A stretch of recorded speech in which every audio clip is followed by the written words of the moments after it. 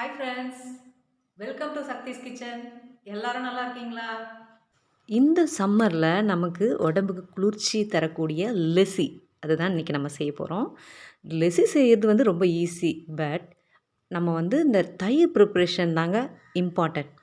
இந்த தயிர் கரெக்டாக ப்ரிப்ரேஷன் நீங்கள் தெரிஞ்சுக்கிட்டிங்கன்னா லெசி வந்து கடையை விட ரொம்பவே அருமையாக வரும். இந்த தயிர் ப்ரிப்ரேஷன் வந்து நம்ம சின்ன டிப்ஸ் ஒன்று சொல்லித்தரேன். இந்த மெத்தடை நீங்கள் ஃபாலோ பண்ணிங்கன்னா ரொம்பவே அருமையாக லெசி செய்ய வரும். வாங்க எப்படி செய்யுதுன்னு பார்க்கலாம். நான் 1 லிட்டர் பால் இப்போ காய்ச்சிக்கிறேன். நல்லா பச்சை வாசனை போகிற அளவுக்கு காய்ச்சிக்கணும். இதில் நான் ரூ. 10 பாக்கெட் அளவு தான் பால் பவுடர் சேர்த்துருக்கேன். உங்களுக்கு என்ன இஷ்டமோ அந்த பால் பவுடர் நீங்கள் சேர்த்துக்கங்க. நான் அமுலியா சேர்த்துருக்கேன். 1 பாக்கெட் தான் சேர்த்துருக்கேன், போதும் அதுவே. 4 பேர் குடிக்கிறதுக்கு 1 பாக்கெட் யூஸ் பண்ணால் போதும். இப்போ இதை வந்து நம்ம கூலாக இருக்க பால்லே நம்ம இதை மிக்ஸ் பண்ணிக்கலாம். ஹீட்டாக இருக்க பாலில் மிக்ஸ் பண்ணிங்கன்னா கட்டி கட்டியாக வரும். அதனால முதல்ல கூலாக இருக்க பாலில் மிக்ஸ் பண்ணிக்கலாம். கட்டிகள் இல்லாமல் ஃபுல்லாக நல்லா மிக்ஸ் பண்ணி வச்சுருங்க. இந்த நம்ம காய்ச்சி ஆற வச்ச பால் இருக்குது இல்லையா, இதில் வந்து சூடு இருக்கும்போதே இந்த பால் பவுடரை மிக்ஸ் பண்ணி அந்த பாலோடு சேர்த்து மிக்ஸ் பண்ணி விட்டுறலாம். இதை நல்லா மிக்ஸ் பண்ணி விட்டுருங்க. சூடு இருக்கணும் பாலில். இது வந்து பச்சை வாசனை போகிற அளவுக்கு நல்லா காய்ச்சிட்டோம். தண்ணியே ஊற்றாமல் தான் காய்ச்சணும் பால். தொட்டு பார்த்தா சூடு பொறுக்கிற அளவுக்கு இருக்கணும். ரொம்ப சுடக்கூடாது, ரொம்ப ஆறிடவும் கூடாது. இப்போது இதில் 2 டீஸ்பூன் அளவு கெட்டி தயிர் சேர்த்துருக்குறேன். ஊற்றுறோன்னு சொல்லுவோம் இல்லையா, அந்த மாதிரி 2 ஸ்பூன் சேர்த்துருக்குறேன். உங்கள்கிட்ட தயிர் வந்து இந்த கப் தயிர்லாம் புறமோர் போடாதீங்க. ரூ. 10 பேக்கெட் இருக்குது பார்த்தீங்களா, அது வாங்கி கூட நீங்கள் புறமோர் போடுங்க. அந்த கப் தயிர் புறமோர் போட்டிங்கன்னா அது வழவழன்னு ஒரு மாதிரி இருக்கும். நல்லா 2 ஸ்பூன் தயிரை நல்லா பாலில் மிக்ஸ் பண்ணி விட்டாச்சு. அடுத்து நம்ம இந்த மண் சட்டி எடுத்துருக்குறேன். இந்த மண் சட்டி எதுக்குன்னா சீக்கிரம்னா தயிரை புளிக்க வைக்காது. அதுவும் இல்லாமல் இதில் தயிர் போடும்போது அந்த எக்ஸஸ் வாட்டர்லாம் இந்த மண் சட்டி வந்து இழுத்துரும். அப்போ தயிர் என்ன ஆகும், நல்லா கெட்டியாக நல்லா புளிக்காமல் சாப்பிட்றதுக்கு ஒரு க்ரீமியாக அவ்வளோ சூப்பராக வருங்க. மண் சட்டி வாங்கி நல்லா வாஷ் பண்ணி எடுத்து வச்சுருங்க. தண்ணியில் ஒரு 2 நாள் ஊறட்டும், அதுக்கப்புறம் யூஸ் பண்ணுங்கள். இப்போ இந்த வாஷ் பண்ண மண் பானையில் ஊற்றிக்கலாம்.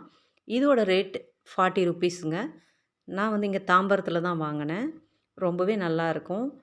இப்போ இது ஃபுல்லாக ஊற்றியாச்சு. நம்ம ஊற்றிட்டு இது ஒரு 4 மணி நேரத்துலேயே நமக்கு தயிர் நல்லா கெட்டியாக வந்துடும். அதுக்கப்புறம் நம்ம தயிர் நல்லா கூடிட்ட அப்புறம் தான் நீங்கள் ஃப்ரிட்ஜில் வைக்கணும்.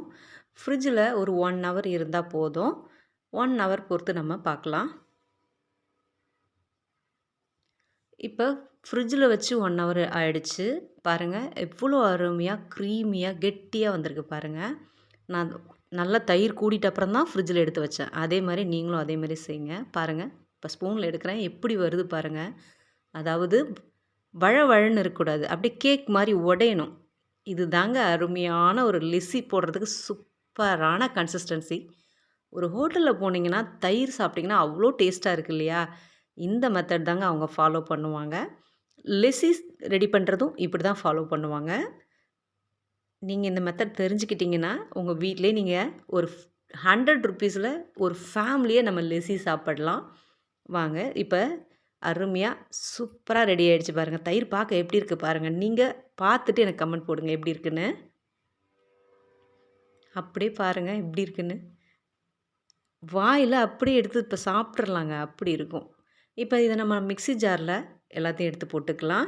லெசி நம்ம செய்யும்போது ஐஸ் க்யூப்ஸ் போட்டு நம்ம அரைக்கக்கூடாது. ஏன் அப்படின்னா தண்ணி ஆகிடும் லெசி. அரைச்சிட்டு அதுக்கப்புறம் ஐஸ் க்யூப்ஸ் போட்டு நீங்கள் சர்வ் பண்ணுங்கள். இப்போ ஒரு பாட்டில், அதாவது ஒரு பானையில் இருந்த தயிர் ஃபுல்லாக எடுத்து போட்டாச்சு. இது கூடவே நம்ம சர்க்கரை சேர்த்துக்கலாம். நான் சர்க்கரை ஒரு 6 ஸ்பூன் சேர்த்துக்கிறேன்.